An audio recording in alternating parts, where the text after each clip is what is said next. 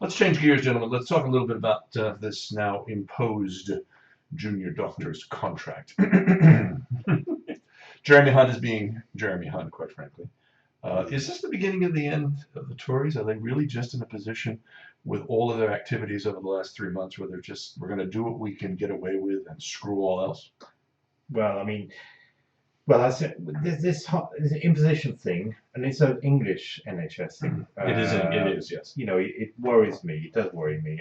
I know that whatever your beliefs in relation to working at weekends and the NHS and all the rest of it, imposing it does concern me.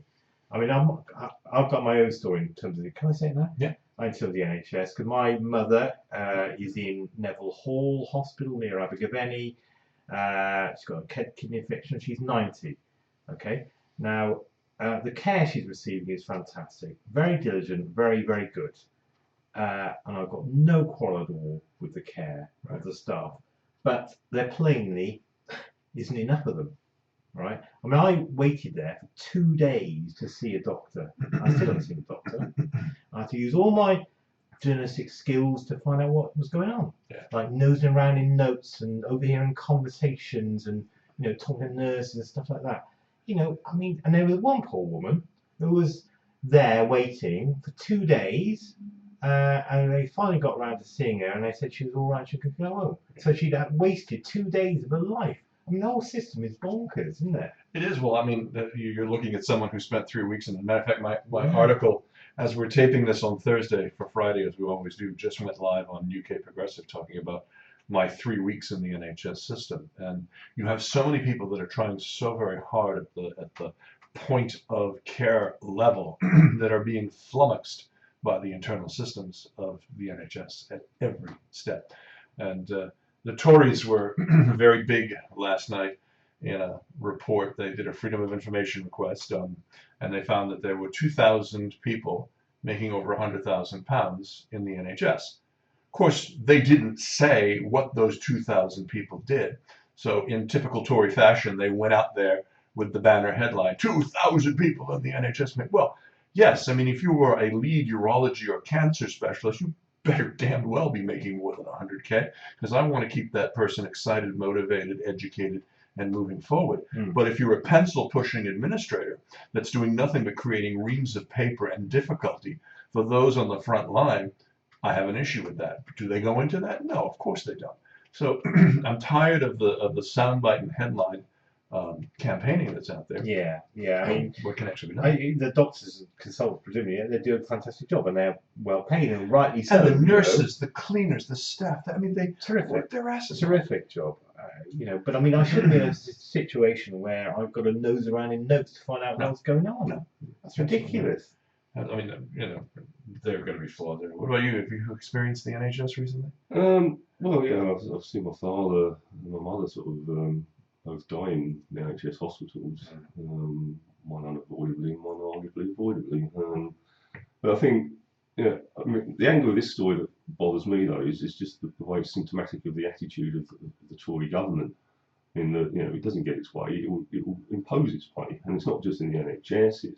It's with planning legislation regarding the fracking issue and all that sort of thing as well. They'll go through pretending to consult, and if they don't get the result they want, they're still going to do what they want. Yeah, I mean, this is what I feared would happen when the Tories got an overall majority.